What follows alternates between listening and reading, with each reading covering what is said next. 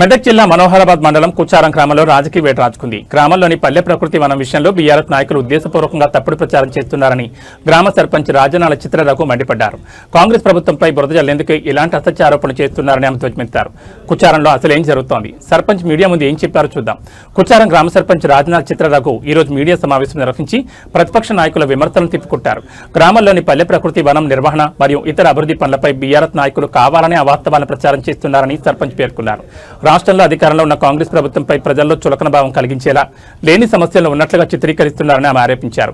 అభివృద్ధిని చూసి ఓర్వలేకే ఈ విమర్శలు చేస్తున్నారని విమర్శించారు. తప్పుడు ప్రచారాలు మానుకుని గ్రామ అభివృద్ధికి సహకరించాలని ఆమె కోరారు.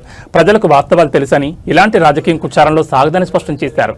ఈ మీడియా సమావేశంలో గ్రామ కార్యదర్శి శ్రీనివాస్తో పాటు పలువురు గ్రామ ప్రతినిధులు పాల్గొన్నారు. పల్లె ప్రకృతి వనం సాక్షిగా కుచారంలో అధికార ప్రతిపక్షాల మధ్య మాటల యుద్ధం కొనసాగుతోంది. సర్పంచ్ వివరణతో ఈ వివాదం సద్దుమణుగుతుందా లేదా అనేది చూడాలి. 2 రోజుల కింద వచ్చిన న్యూస్ గురించి రెస్పాండ్ కావాల్సి వచ్చింది. ఇది కుచారం పల్లె ప్రగతి వనం.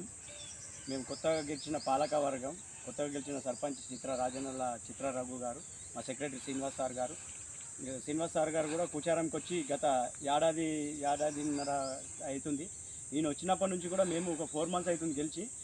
మేము గెలవక ముందు కూడా ఈ పార్కును ఎన్ని విధాలుగా చేసిండో మాకు తెలుసు. దగ్గరుండి మేము కూడా అప్పుడు సోషల్ యాక్టివిటీలు ఉండే. కానీ 2 days కింద కొంతమంది బీఆర్ఎస్ నాయకులు కావచ్చు, ఇంకోవాలన్నా కావచ్చు, ప్రభుత్వం మీద తప్పుడు ప్రచారంతో, ప్రభుత్వం మీద బురద జల్లాలనే ఉద్దేశంతో ప్రభుత్వం పట్టించుకోవట్లేదని చెప్పడం అది చాలా బాధాకరమైన విషయం. ఇంకోటి ఏంటంటే మొన్న 99 days ప్రజాపాలన కార్యక్రమంలో కూడా మేము ఆ చివరన చెట్లకు కూడా ఒక కార్యక్రమం చేసి క్లీన్ చేయడం జరిగింది. కానీ మొన్న 2 రోజుల కింద వచ్చిన వార్త ఒక పేపర్లో వచ్చింది, నమస్తే తెలంగాణలో. అది మరి ఆ ఫోటోలు ఎప్పటియో ఈ చెట్టుకు చూస్తే ఆ ఫోటోలో, పేపర్కి వచ్చిన ఫోటోలో ఒక్క ఆకు లేదు.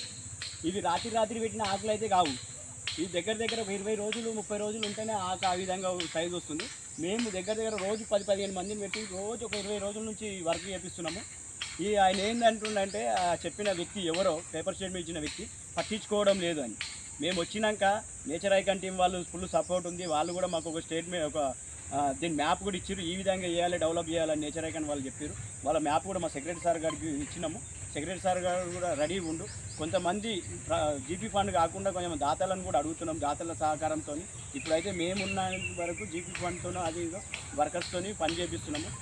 వాళ్ళు ప్రభుత్వం మీద బురద జల్లాలి అది చేయడము అనేది తప్పు. ఇంతకుముందు ఉన్న పాలక వర్గం పట్టించుకోలేదు. ఆ టైంలో జరిగింది అది. ఆ టైంలో ఉన్న ఫోటోలు చూడండి, ఇప్పుడు ఎంత గ్రీనరీ ఉంది. ఆ ఫోటోలలో చూడండి, మొత్తం ఆకులు మొత్తం ఎండిపోయి ఉన్నాయి, ఒక్క చెట్టు లేదు.